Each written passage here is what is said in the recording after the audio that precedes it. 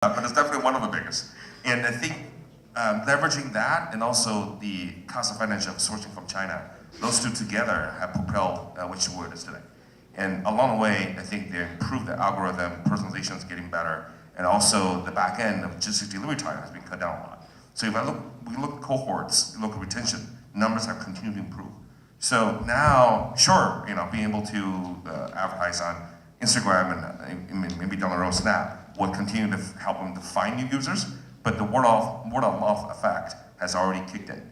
I think if Wish is starting today, it would be very difficult. But they did that 4 years ago, 3 years ago when we invested. That was the perfect time to do it.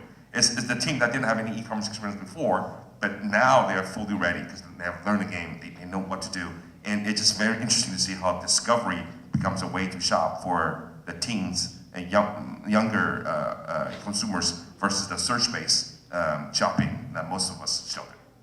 All right, so I gave you a hard time, each about one. Give us like a more obscure portfolio company. We have a minute left. What's something people want to know what's next? What should they be watching for? What's one that's sort of under the radar that you think people should be paying attention to? So some of this is recency bias because I just had this board meeting yesterday, but I'm on the board of a very interesting company. It's fairly eclectic, but it's a number of Stanford... It's called? What's its name? It's called Halo Neuroscience. And these are Stanford PhDs that were involved with a previous medical device company that raised a couple $100 million, got FDA approval for deep brain stimulation. And they decided, there are a number of benefits. This is for people with epilepsy or stroke recovery. Can you get some of the benefits with kind of light stimulation of the brain through a non-invasive format? And so they've developed something that basically looks like headphones. They have electrodes on top, basically right for the motor cortex, and it has this benefit where there's data that supports it and improves during training athletic performance. And so I happen to be watching for about 5 minutes, unfortunately, but the NCAA final on Monday night. And so they have a handful of the San Francisco Giants and a number of other teams that are using this during training, which basically just creates kind of improved outcomes in a variety of different physical tasks.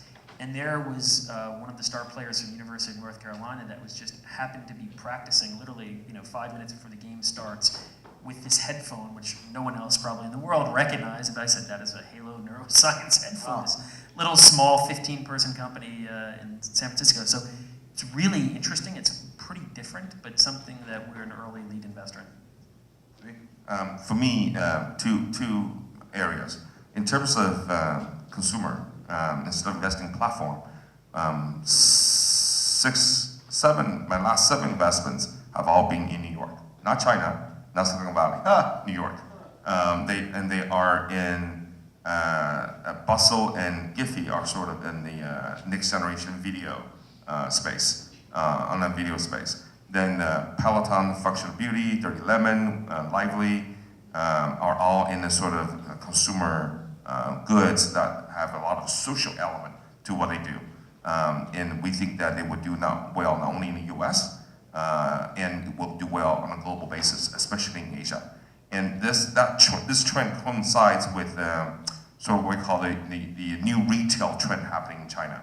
That's marrying online and offline, leveraging WeChat, leveraging WePay, but the price point of the services is very mass market, like a Muji, like a Uniqlo, that kind of brands, or Zara. And so the branding, marketing know-how of the New York teams, coupled with our engineers from Facebook and Google R&D centers in New York, coupled with just millennials worldwide having more in common with each other, I think you can see a lot of interesting stuff coming out of New York. And then in urban tech, California is probably one of the biggest farming center in the world, just like manufacturing for China.